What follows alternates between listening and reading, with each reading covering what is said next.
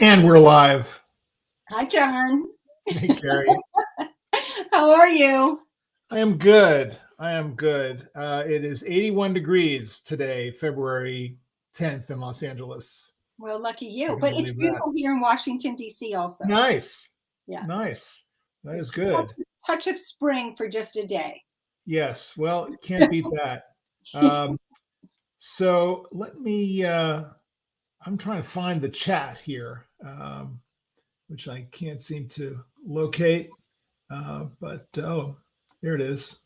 Just so we make sure to see people who decide to participate. So yeah, I have no idea who's here, and uh, maybe there are stats. But anyway, we're just gonna have this is our preview, and for anyone who is joining us, I'm gonna play our theme music. Yes, please, because it is good. That's right. So we can rock out here.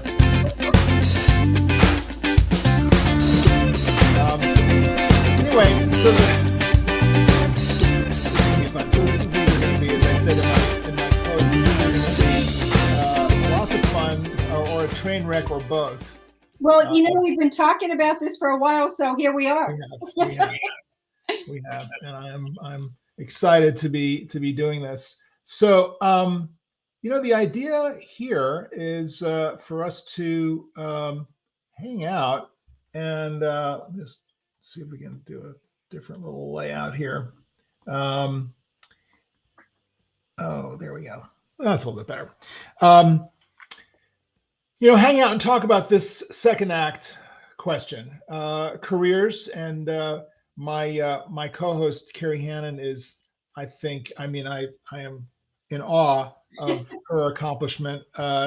She's so self-deprecating and breezy about it, but she works harder than anyone else in our space to stay up to date on this and to really provide value and service to people in this stage of life who are trying to keep working and keep generating meaning and income. So just hats off to you. Well, thank you. Thank you for doing this. It is a passion of mine, that's for sure. But we're all here. It's about making our lives better moving forward, and I think that we help each other out. Yes, definitely, and that's part of the purpose of this show, to continue to add more support. And I see that there are people kind of continuing to wake up to this question all over the place. And I saw, did you see this this new site that's it's like unabashedly gray, or yet another group that is joining the fray here over celebrating age, not shrinking from it. Yeah, well, I think there's this huge bulge of the population that, guess what? That's where we are in decades that we're like, what? No way! I'm not over 60. Are you kidding me? But it happens, and here we are, and we still are just going, with all full speed ahead, and just doing stuff that's meaningful. And John, I think you are a great example of this, and I just got to chuckle. Well, first of all, I met you when just before this book of yours came out, which is awesome, right? And you talk about how you yourself have been kind of reinventing your career for a long time, and so this is like kind of part of who you are. It's part of your DNA in a way, is this whole idea of changing, which I think is why you can bring so much to this conversation. And the thing is, you talk about dream careers, and in many ways, I think that you have personally had that. So as we move forward in these segments, we can talk about what has made your career so dreamy. And it's some of the falls that have made the highs so great, I think, probably. But I also, two things I want to ask you before you jump into all this other stuff is, one, on this particular book of yours, Ken Burns blurbed it. Are you kidding me? Now, how in the world did that happen? That's so funny that you bring up Ken. So Ken and I was thinking about him the other day. We went to college together, essentially, at two adjacent colleges. I went to Amherst, he went to Hampshire. And I was interested in film and photography. There was nothing like that going on at Amherst. So I got on the bus and went down the road to Hampshire and took courses with a really amazing faculty down there, a photographer who has since passed named Jerry Liebling, and his colleague Elaine May, who lives in New York and by some strange stretch of the imagination might even be listening.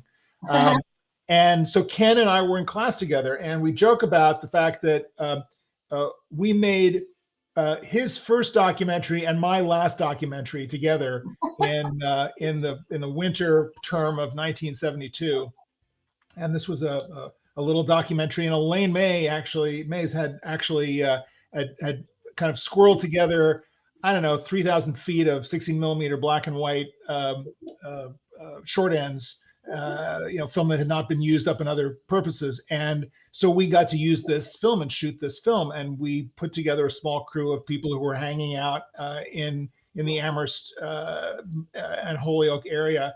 And we made this little film, a documentary about a mill town that had undergone this terrible tragedy where the mill at the center of the town on this 5-acre plot had burned down one night and essentially put everybody in the town out of work. So that was the essence of the documentary. Well, I love that, and thanks for filling me in. The other thing you said, since part of that was about education. So one of the things I hope we get to in this series that we're doing is talking about the importance of lifelong education and how that's like imperative if you're reinventing yourself, second acts, right. Whatever we want to call it. It's all about this educational thing. And I know you went back to school when you were over 50, and right. And really, I mean, an MA in spiritual psychology, do tell. Because this is turning out to be the Kerry interviewing John show. Well, I'll get you back. That's what I do for a living, I'll get you back. Well, I'm not going to answer that question, but what I am going to say is talk about the education question, because I think that there's a paradigm shift going on here. And I think I talk about this in the book, but I certainly talk about this with clients and everyone I can bend an ear on. And that is that in the old days, when we were growing up, the paradigm was this.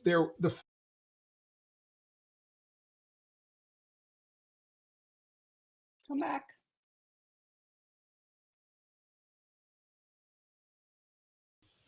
Okay, I'm there. Yeah, and we both got kicked off our own show. How's that possible? Well, I think I asked too many questions. No. Anyway, so here's the paradigm. The paradigm was, and Amherst, Rebecca Cody, thank God, the chat is working. Thank you, Rebecca. Yeah, Amherst. Amherst class of 73, coming up to my 50th reunion, if you can believe that. But the paradigm was you get a good education, that entitles you to get a good job, you work for 40 years, and then you get to retire. And that was the compact that we all assumed growing up was the way things went. But that, of course, is out the window. And to the point of lifelong education, you have to expect that in anything that we do today, education is lifelong because things are changing so damn fast. And we see this in all walks of life and business. Skills that are prized today are going to be gone tomorrow. They're going to be obsolete. So the new paradigm for me is that you have to start off, and I would talk about this with my Carnegie Mellon grad students when I was working with Carnegie Mellon. The first stage is not education; it's self-awareness. You really want to decide and figure out who it is that you are, what's the value you can provide, and then the second stage is not necessarily career; it's what Eric Erickson used to call generativity. The idea that your work is making a difference. You are making some kind of a contribution. It's not just taking directions. And then the third stage is giving back, which is now what we are all in this stage of, past the kind of the main prime part of our careers is how do we give back? How do we improve the planet? How do we take all of the wisdom that we've learned about life and work and apply that and pay it forward? Yeah, and some of us want to make a paycheck doing it. So you have to combine that. Yes, most of us. That future financial security is imperative. Working longer is really not a bad thing. Work is not a 4-letter word. So, it feeds into that whole equation of what you just said, John. And, it's funny, I have all these sort of things around my office. And one thing I looked at today, is this neat, it's an embroidered towel that somebody gave me once. It said, you're not finding yourself, you're creating yourself. Yes, And, yes, and I like that. Do you yes. have it too? Right, So that, I mean, right. and that's what we're all about here. And I hope that our listeners are going to enjoy this sort of creative conversation about how we're all trying to create, wonderful things in this world and make a Yeah. difference. So a millennial friend of mine texted me a clip from today's Wall Street Journal. I think it must have been today's Wall Street Journal.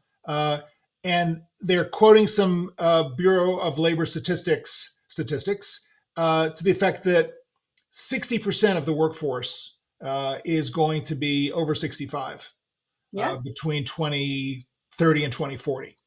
Yep. And that's a pretty significant. If I got that stat correctly, that's a pretty significant shift. Oh yeah, oh yeah. Right? Where it used to be like a pyramid, where we had younger people here, and now with the population, the way things are, it's more like a rectangle. So we Yep. have just, and we're staying in the workforce longer. So Yep. for many reasons, but longevity being a big reason. Yep. Yeah, indeed. So I wanted to just kind of return the gesture here to share Kerry's Thank new you. book, right? That's my upcoming report. So tell us about the book, because this is coming out soon, right? Yeah, it'll be out this spring. It's with my publishers, McGraw-Hill, and it's just I love all my books, and in fact, you're quoted in the book, John. But it's about taking a look at, it's In Control at 50 plus, how to succeed in the new world of work, and I'm just kind of teasing out the major themes of things that are coming out of the pandemic. No, I don't have a crystal ball. I can't tell you exactly what's going to happen down the road, but I got some inklings, and I've just the big trends that I see emerging since 2020. And so it's all kinds of, I cover entrepreneurship. I talk about remote work, contract work, which is exploding, which has, important possibilities there, lifelong education, of course. And so there's all kinds of different things. I talk about where the jobs are likely to be moving forward, and really examining some of these things that are near and dear to our heart, both of us, but trying to get a beat on and talk to some smart people about where are we headed, and how do we stay abreast of it and ahead of it. Any preview takeaways? Any contrarian insights that Yeah. that you've come up with? Well, I hope there is some, but to me, the bottom line is, and it sounds so darn trite, but it's, you've got to have moxie, you've got to believe in yourself, and you've got to just, do some of that soul searching that you talked about there. But their opportunities are out there. I mean, it's really, it's a time, and it is our time, but we have to grasp, fighting ageism, which is happening, but these are cultural shifts, but each and every one of us can play a role in changing that culture. It's not just in the workplace, it's all around us.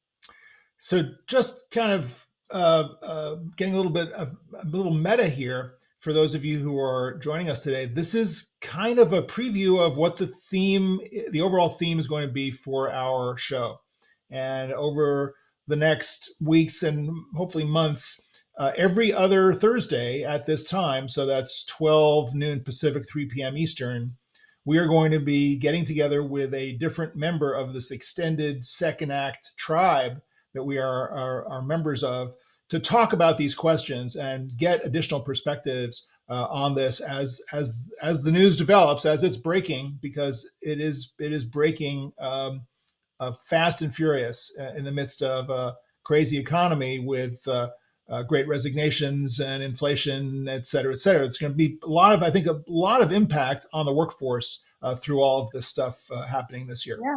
And I like to call it the great reimagination instead of the great resignation. But that's another theme of my book also, John, is the idea of so many people are transitioning to new careers during this coming out of the pandemic. And so that fits right into what we're going to be talking about, is how do you make a successful career transition to really follow something maybe that you always wanted to do, or where the jobs are, and you redeploy your skills. But there's so much happening, as you said, rapidly. But I think we're going to have some contrarian conversations about not everyone's going to necessarily see it our way. So I think that's how Right. it should be.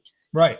Hopefully we'll get lots of diverse points of view on this. And I just want to do a little bit of a shout out. I doubt he's here today, but we were introduced by this gentleman, Carl Kurlander, who is old Hollywood mate of mine and a high school buddy of Kerry's, correct? Yeah, well, we went to high school and we went to Shadyside Academy together in Pittsburgh, and then we went to Duke University together. And that's where, from Duke, is where Carl launched this incredible career of his own, which we can talk about later. But Carl is just a gem. And when he knew I was going, when he knew what I was writing about, he says, "You have got to meet my friend John." Right.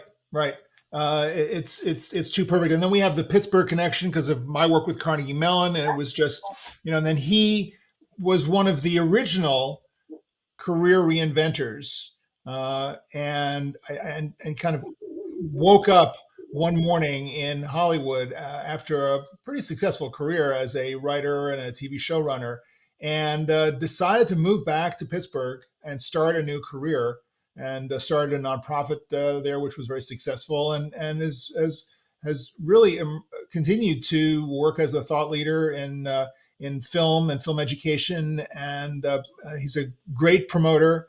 Who'd have thunk it that the guy who wrote St. Elmo's Fire would wind up, many years down the road doing this. And I think that was certainly a lesson to me in terms of the ability to, as you say, reimagine. And I think calling the Great Resignation the Great Reimagination is very apt, because a lot of people are daring now to reimagine their careers and no longer succumbing to the kind of the programmatic thinking of corporate America, which says, you need to kind of knuckle under because otherwise there's not going to be any way for you to make a living. And I think people are saying, no, not so fast. I think that there's a way of indeed reimagining it and coming up with something different to meet the needs of the economy. Yeah, and of course we've got to say that Carl was on Oprah. I mean, come on. That's right. I mean, that's what we all wanted to be on Oprah, Right. but Carl got to do it and tell his story. How many of our friends have been on Oprah, right? I guess Ken's probably been on Oprah, but I don't know about Carl. Yeah, Carl was. But but the other thing that John, I should toss out here is that at my age, I mean, I have been doing in this space for a long time, and I've written a lot of books, like 14 books or something, and do all this stuff. But guess what? Just in a month ago, I took on a job. Yes, offered this incredible job at Yahoo Finance as a senior columnist. I mean, who gets to have that happen at this stage in your career, to have this amazing platform and this opportunity that, and so it's like kind of walking the walk for my older workers, because guess what? Or we call them experienced. I'm experienced. I'm right with everybody. And I was like, yeah, all those things about job search, I can tell you all about that now. Or starting over with bosses who are managers who are younger than you, and new technology, all of it. I'm like, whoa, this is what I write about. Now I'm doing it. It's so inspiring, because I think a lot of people, and certainly the people that I work with in career transition coaching, are there's a dilemma that a lot of people have about, well, are there jobs for me? Do I have to go freelance? And while I certainly encourage people to take on an entrepreneurial mindset, I think that, and you're certainly demonstrating this, the W-2 job can come out of not out of nowhere, not out of the blue, but it comes out of you expressing yourself, expressing the value that you represent, and having a tangible track record, having breadcrumbs that people can find, and then reach out to you and say, hey, you are the right person for us. Are you interested? And for my story, it was LinkedIn. I mean, it was a recruiter found me on LinkedIn. I mean, I had been in-house for 20 years. I had run my own business for 20 years. And whoa, now I'm going back in-house. It's now I can still do some of my entrepreneurial things, my speaking and moderating and all that kind of stuff, and write books, obviously. But the fun thing is, it's a whole new shift, and I'm like energized. And so I'm thrilled to be talking to the audience we have here, John, about all the different possibilities, and don't get locked into this, well, Right. I'm never going to be able to do that again, or this Right. is never going to come to me, like out of the blue. I mean, it's like in lightning speed, something, Yeah. your world can change, and you're one decision away from changing your entire life. Yeah. Absolutely. It's about growth mindset, and I think that Yeah. if we can maintain that positive growth mindset, and that includes education, that includes going back to school, that includes taking a chance on developing a side business, whatever that might be, going out and volunteering in a field where you can meet new people and get stimulated. Anything you can do to kind of move the energy, that's going to come back to you. And I think we're at a great juncture in our world where, despite all of the craziness going on, we have these great tools like LinkedIn, like this thing that we're doing here right now, the ability to kind of get out in front of people in this very spontaneous, unrehearsed way and just build community. So it's great that we have some people on the chat, and we're certainly going to invite people on and to participate in these shows. And I should say that our first guest coming up, and I don't know if he's on today. I invited him on. I think he's probably on, and hopefully he's taking notes. Is Rich Eisenberg, who is up until recently the money and purpose editor at Next Avenue, PBS Next Avenue, which is the great kind of like the Tiffany website for second acts. And Rich has recently left Next Avenue to pursue his umpteenth act, whatever that's going to be. And we're going to find out more about it on the 24th. So there will be an announcement on that, and we'll get to sit with Rich and grill him on what's going on in his life. Yeah. Well, I look forward to it because I've worked with Rich for almost 3 decades, and over different publications, and we're dear friends. And I admire his work so much, and what he's done in the last 10 years in this space about second acts, about this whole thing at Next Avenue. What's your next avenue? He really has brought this to the forefront of the conversation. And John, I know you and I both admire that and have been thrilled to be part of it, and I can't wait to hear what he's going to do next.